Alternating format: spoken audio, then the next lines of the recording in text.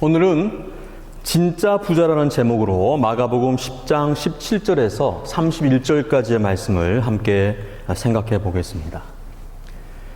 여러분은 부자이십니까? 아니면 부자가 되고 싶으십니까? 부자의 사전적 정의는 재물이 많아 살림이 넉넉한 사람을 말합니다. 재물이 얼마나 많아야 넉넉할까요? 아무리 많은 재산을 가지고 있다고 할지라도 만족하지 못하는 인간의 그 욕심 때문에 부자가 아니라고 생각을 할 것입니다. 예전에 부자를 지칭하는 말이 백만장자였습니다. 2023년 말 미국의 백만장자가 750만 명이라고 합니다. 3천만 달러 이상의 슈퍼 부자가 10만 명이라고 합니다. 현재 세계에서 가장 재산이 많은 1등 부자는 일론 머스크입니다.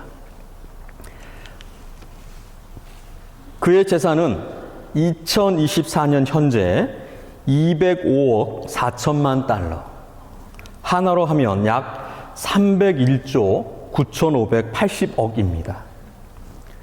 저희에게는 아무런 감흥이 없는 숫자에 불과합니다. 오늘 말씀에 예수님께서 부자가 천국에 들어가기가 어렵다고 하셨습니다. 그렇다면 일론 머스크는 천국에 들어갈 수 있을까요? 2021년 12월 더 바빌론 B와의 인터뷰에서 일론 머스크는 예수님을 구세주로 받아들이겠냐는 그 질문에 먼저 예수님의 가르침에 대해서 동의한다고 했습니다. 그리고 다시 구원에 대해서 묻는 질문에 믿어보겠다고 했습니다. 올해 7월에 데일리 와이어의 조던 피터슨과의 인터뷰에서는 자신을 문화적 기독교인이라고 밝혔습니다. 예수님의 가르침은 훌륭하고 현명하다.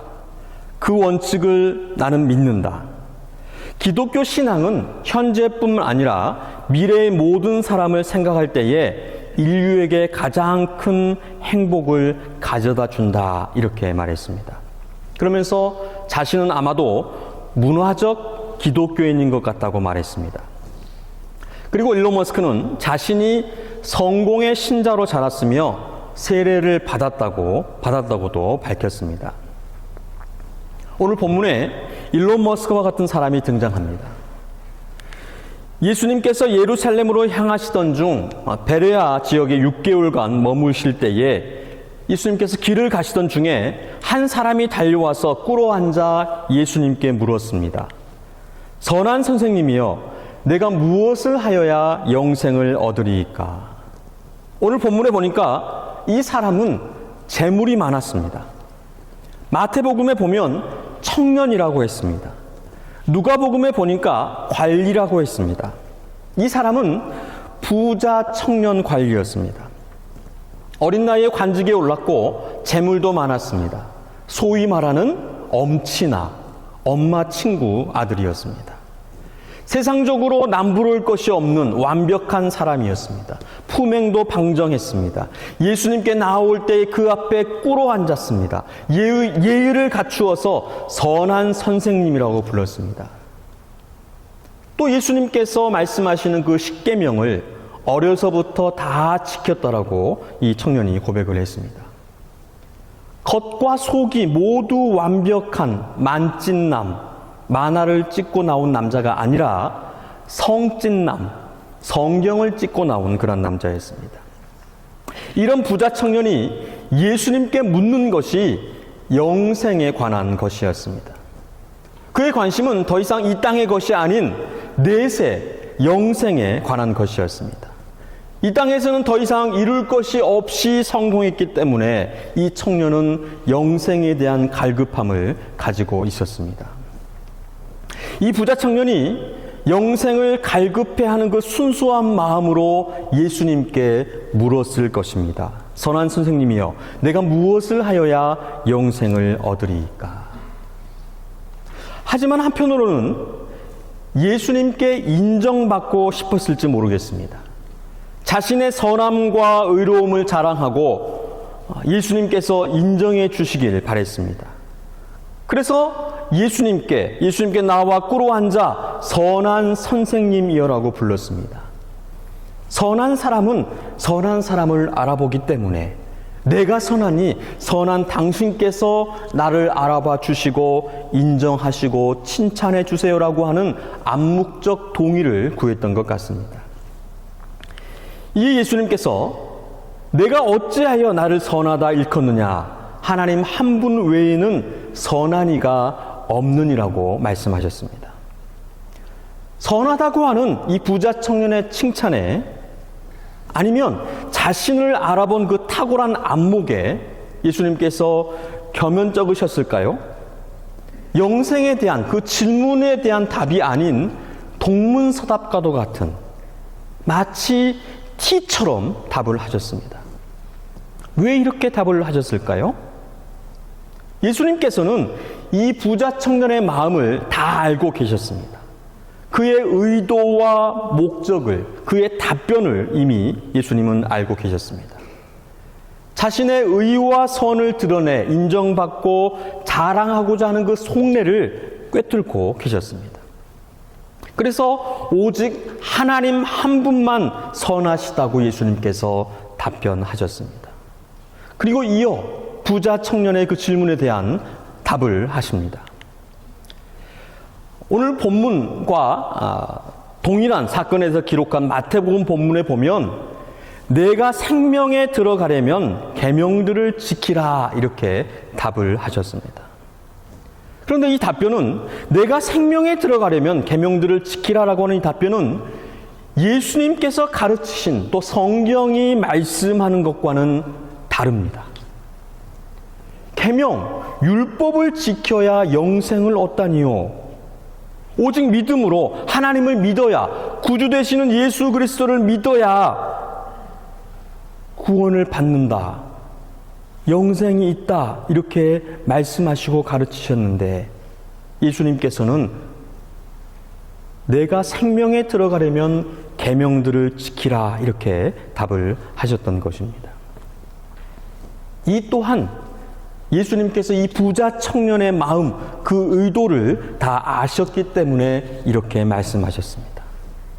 그래서 예수님께서 이 부자 청년에게 언급하신 그 계명, 10계명의 5계명에서 10계명을 부자 청년에게 이야기를 했던 것입니다. 5계명에서 10계명까지의 계명, 이것은 사람들과의 관계 속에서 지켜야 할 계명입니다. 하나님과의 관계 속에서 지켜야 할 1계명에서 4계명까지의 계명은 말씀하시지 않으셨습니다. 예수님께서는 이 부자 청년에게 하나님의 그 사랑에 관한 것을 가르치고 싶으셨습니다. 이 부자 청년은 믿음이 아닌 행위로 구원을 얻고자 했던 것입니다. 착한 일, 선하고 의로운 행실로 영생을 얻고자 했던 이 부자 청년. 이 부자 청년은 하나님을 믿지 않았습니다. 하나님을 사랑하지 않았습니다. 단지 그의 행실로, 그의 자기가 이룬 의와 선으로 구원을, 영생을 얻고자 했던 것입니다. 마태복음 22장에 한 율법사가 예수님께 나와 묻습니다. 선생님, 율법 중에 어느 계명이 크니까? 예수님께서 마태복음 22장 37절로 40절에 이렇게 말씀하셨습니다. 예수께서 이르시되 내 마음을 다하고 목숨을 다하고 뜻을 다하여 주 너의 하나님을 사랑하라 하셨으니 이것이 크고 첫째 되는 계명이요 둘째도 그와 같으니 내 이웃을 내 자신같이 사랑하라 하셨으니 이 두 계명이 온 율법과 선지자의 강령이니라. 마음을 다하고 목숨을 다하고 뜻을 다하여 주의 너의 하나님을 사랑하라 하셨고 이것이 크고 첫째 되는 계명이다. 하나님 사랑이 우선임을 말씀하셨습니다. 그리고 이와 같이 이웃을 자신같이 사랑하라고 말씀하셨습니다. 이와 같이 바로 마음을 다하고 목숨을 다하고 뜻을 다하여서 이웃을 사랑하라는 것입니다. 이웃 사랑은 하나님 사랑에서 시작하여서 하나님을 사랑하듯이 이웃을 사랑하라는 그러한 뜻을 담고 있습니다. 하나님을 사랑한다고 하면서 이웃을 사랑하지 않는 것은 거짓말하는 것이다 라고 요한일서 4장 20절은 말씀합니다. 사랑, 이것이 바로 율법의 정신, 율법의 핵심입니다. 그런데 이 부자 청년에게 이 율법의 정신과 율법의 핵심인 이 사랑이 빠져 있었습니다. 하나님을 사랑하지도 않고 사랑하지도 않으면서 이웃에게 행함만을 했던 이 부자 청년. 그래서 예수님께서는 이 부자 청년에게 십계명의 5계명에서 10계명을 언급하시면서 그에게 빠져 있는 그 율법의 정신, 율법의 핵심, 사랑에 대해서 가르치고 계신 것입니다. 이 부자 청년은 당당하게 답했습니다. 선생님이여, 내가 어려서부터 다 지켰나이다. 지금 선생님이 말씀하시는 그 계명들 제가 잘 알고 있습니다. 그리고 어릴 때부터 철저하게 지켰습니다. 자신의 의를 자랑스럽게 드러냈던 것입니다. 예수님은 이 모든 것을 다 알고 계셨습니다. 마가는 이것을 이렇게 표현했습니다. 21절에 예수께서 그를 보시고 사랑하사, 여기에 쓴 사랑하사의 이 사랑의 표현은 아가파오인데 신적인 사랑을 의미합니다. 예수님께서는 부자 청년의 그 속내와 의도를 다 아시고 모두 꿰뚫어 보셨습니다. 그리고 그 모습을 긍휼히 여기셨습니다. 그리고 말씀하십니다. 내게 아직도 한 가지 부족한 것이 있으니 가서 내게 있는 것을 다 팔아 가난한 자들에게 주라. 그리하면 하늘에서 보화가 내게 있으리라. 그리고 와서 나를 따르라 하시니. 부자 청년은 자신이 선하고 의롭다고 믿었습니다. 예수님께서 나열하신 말씀하신 계명을 다 지켰다고 했습니다. 그게 전부인 줄 알았습니다. 하지만 아직도 한 가지 부족한 것, 가장 중요한 것, 이것이 아니면 다른 것이 아무런 소용이 없는 이 완벽한 부자 청년에게 빠져있는 가장 중요한 것, 바로 사랑이었습니다. 하나님 사랑과 이웃 사랑, 사랑이 빠져있는 행함. 하나님보다 재물을 사랑했고 이웃을 사랑하지 않고 자기를 사랑해서 자기의 의를 위해서 선을 행했던 것입니다. 그리고 이 부자 청년은 슬픈 기색을 띠고 근심하며 가버렸습니다. 이 부자 청년이 왜 슬픈 기색을 띠고 근심하며 가버렸을까요? 그렇게 할 수가 없었습니다. 예수님께서 말씀하신 대로 자기에게 있는 것을 다 팔아 가난한 자들에게 줄 수가 없었습니다. 그들처럼 가난해질 수 없었던 것입니다. 있는 것의 일부를 나누어 줄 수는 있습니다. 전부를 다 주고 그들처럼 될 수는 없었던 것입니다. 길거리에서 구걸하는 사람에게 1달러를 주는 것, 아니 좀 더 통 크게 20달러를 주는 것은 할 수 있습니다. 하지만 100달러, 1000달러, 내 카드를 내어주는 것은 할 수 없습니다. 내 전 재산은 말할 나위가 없습니다. 이 부자 청년을 욕할 수만은 없는 것입니다.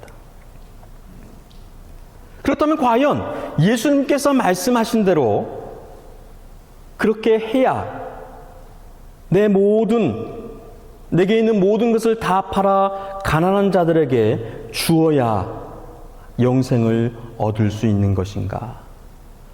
그렇게 해야 천국에 갈 수 있는 것인가? 부자가 천국 가기가 정말 어려운 것일까? 부자 청년이 떠난 후에 예수님께서 제자들에게 말씀하셨습니다. 예수께서 둘러보시고 제자들에게 이르시되 재물이 있는 자는 하나님의 나라에 들어가기가 심히 어렵도다 하시니 표준 원문 성경에 보면 심히 어렵도다라고 하는 이 말 뒤에 이런 구절이 기록되어져 있습니다. 재산을 믿고 있는 자들, 재산을 믿고 있는 자들, 재산을 믿고 있는 자들은 하나님 나라에 들어가기가 심히 어렵다, 얼마나 어려운지라고 말씀하셨습니다. 하나님을 믿지 않고 재산을 믿었던 것입니다. 하나님을 사랑하고 하나님을 섬기는 것이 아니라 재물을 사랑하고 재물을 섬기는 것입니다. 예수님께서 마태복음 6장 24절에 경고하셨습니다. 한 사람이 두 주인을 섬기지 못할 것이니 혹 이를 미워하고 저를 사랑하거나 혹 이를 중히 여기고 저를 경히 여김이라. 너희가 하나님과 재물을 겸하여 섬기지 못하느니라. 재물의 문제가 아니라 믿음의 문제였습니다. 부자이기 때문이 아니라 믿음이 없기 때문이었습니다. 이 부자 청년은 하나님을 믿지 않았습니다. 하나님을 사랑하지 않았습니다.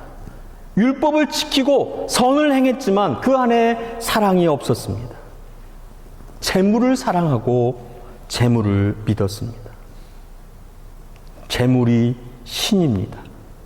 돈이 사람을 신으로 만들어줍니다. 여러분, 세상에서 돈은 신입니다. 돈으로 못할 것이 없습니다. 갖고 싶은 것을 다 가질 수 있고 하고 싶은 것을 다 할 수 있습니다. 사람을 움직일 수도 있고 사람을 없앨 수도 있습니다. 죄도 없앨 수 있습니다. 도시를 건설할 수도 있고 나라를 세울 수도 있습니다. 지구상에 둘러볼 곳이 없으면 우주를 둘러볼 수 있습니다. 지구에서 살기 싫으면 화성에서 살 수도 있습니다. 왕처럼 신처럼 사람과 세상을 마음대로 움직이고 다스릴 수 있는 돈이 있으면 왕이 되고 신이 되는 것입니다. 요한계시록 13장에 짐승 2마리가 나옵니다. 각각 바다에서 나온 짐승 또 땅에서 나온 짐승이 등장하는데 용이 바다에서 나온 짐승에게 권세를 주면서 용과 바다 짐승을 경배하도록 합니다. 땅에서 나온 짐승도 동일한 권세를 갖고 바다 짐승을 경배하게 하며 짐승의 우상을 만들게 합니다. 그리고 그 우상 앞에 경배하도록 합니다. 저는 이 짐승의 우상이 돈이라고 생각합니다. 이 짐승이 사람들의 오른손이나 이마에 짐승의 표를 받게 하는데 그 짐승의 표의 수가 666이라 이렇게 요한계시록에 말씀합니다. 이 표를 받지 않으면 매매를 못하게 한다고 기록되어져 있습니다. 이 수 666은 유대인들의 게마트리아 문자인데 이 게마트리아는 문자를 숫자로 변환하여 암호화하는 것입니다.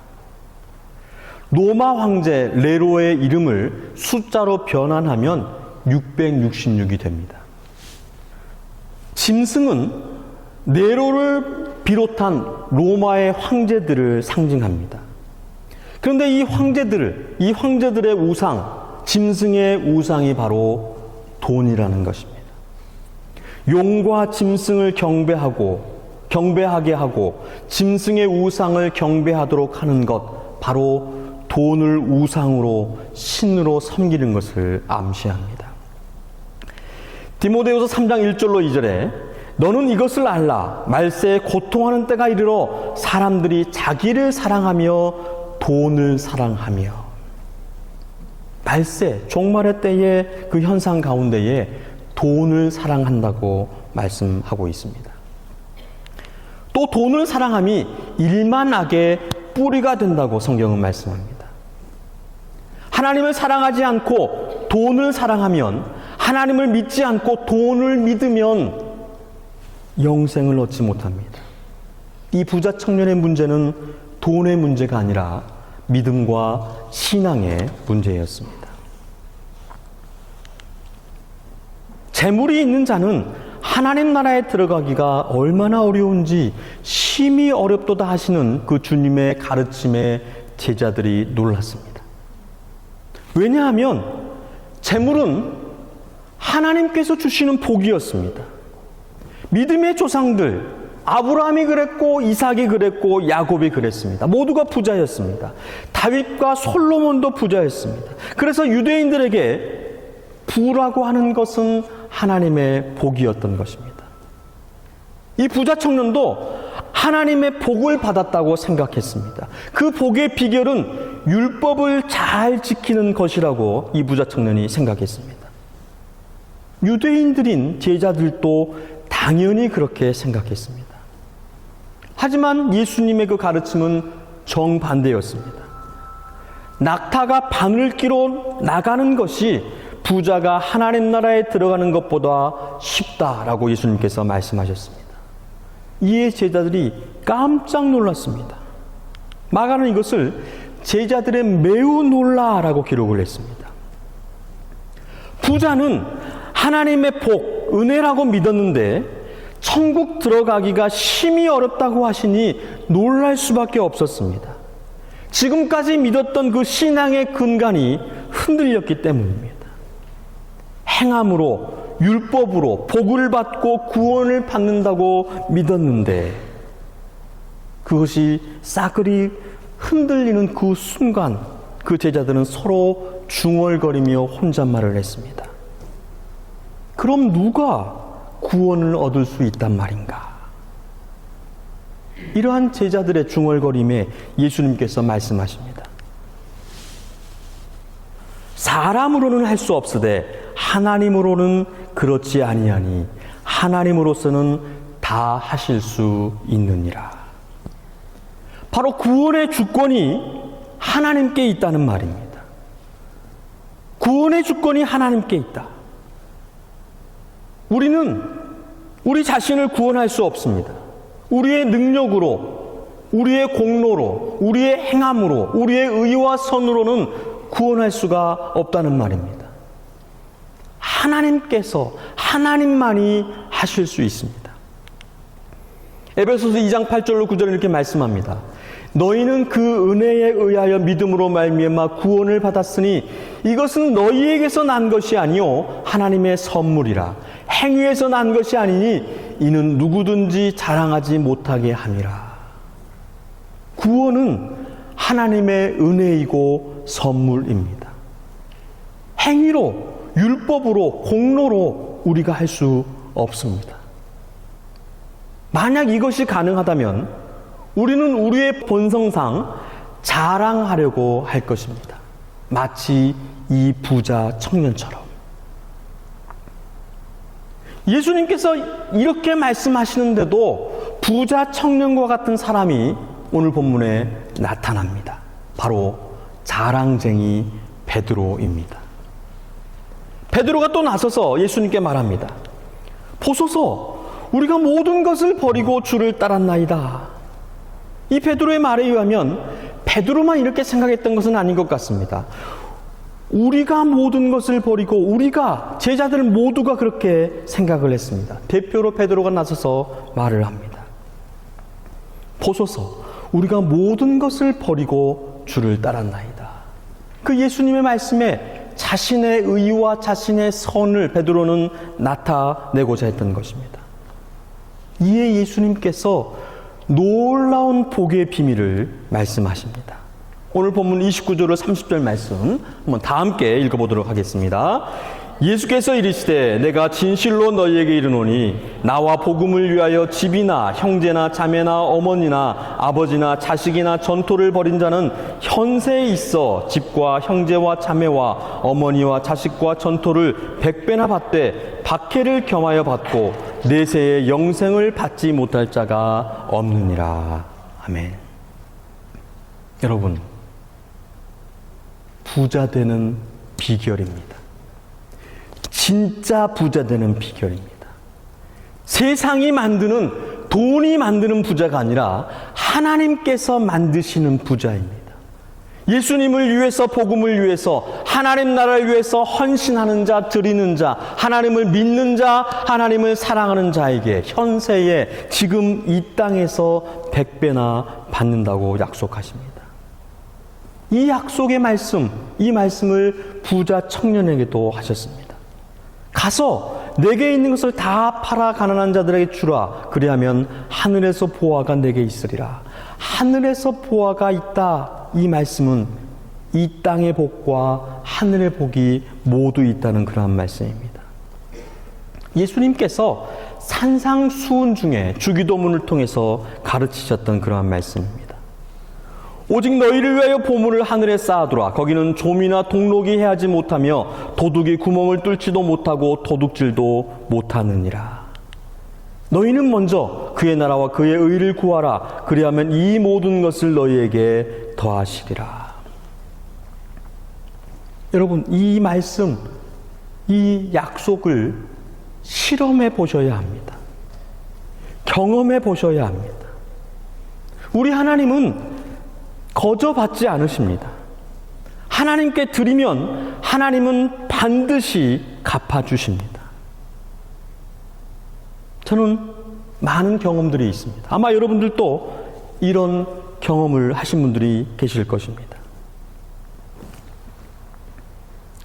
하나님께 맡기고 하나님께 드리면, 하나님께 헌신하고 하나님을 섬기면 예수 그리스도와 복음을 위해서 섬기고 드리면 하나님께서는 반드시 보상해 주십니다. 그런데 예수님의 이 약속의 말씀에 걸리는 것이 있습니다. 박해를 겸하여 받고 마태와 누가는 기록하지 않은 마가만 기록한 구절입니다. 이것은 마가가 로마의 그 성도와 교회들에게 전하는 복음서이기 때문에 의도적으로 마가가 넣었던 그러한 예수님의 말씀입니다. 로마의 핍박 박해 속에 있는 성도와 교회들을 위로하고 인내와 믿음으로 신앙을 지키며 그리스도의 참된 제자가 될 것을 마가는 당부하기 위해서 마가복음을 썼기 때문입니다. 그런데 이 말씀을 카톨릭에서 보는 공동 번역은 이렇게 번역했습니다. 현세에서 박해를 받겠지만 집과 형제와 어머니와 자녀와 토지의 축복도 100배나 받을 것이며 내세에서는 영원한 생명을 얻을 것이다. 이것이 좀 더 자연스러운 번역인 것 같습니다. 이미 우리는 박해를 받고 있습니다. 그리스도인으로 살아가기가 쉽지 않습니다. 예배적인 삶의 예배, 세상의 불의와 타협하지 않고 의와 선을 이루며 살기가 착한 행실로 하늘에 계신 아버지께 영광을 돌리게 하는 것, 피 흘리기까지 죄와 싸우는 것, 그리스도와 복음 교회를 위해서 헌신하는 것, 이미 우리는 박해 가운데 있는 것입니다. 이런 박해 중에도 우리는 하나님의 그 은혜 아래에서 신앙을 지키며 천국의 기쁨을 누리고 구원의 확신을 가지며 영생의 소망을 가지고 살아가고 있습니다. 일요일을 주일이라고, 주님의 날이라고 고백하며 나와 예배를 드리고 있는 것입니다.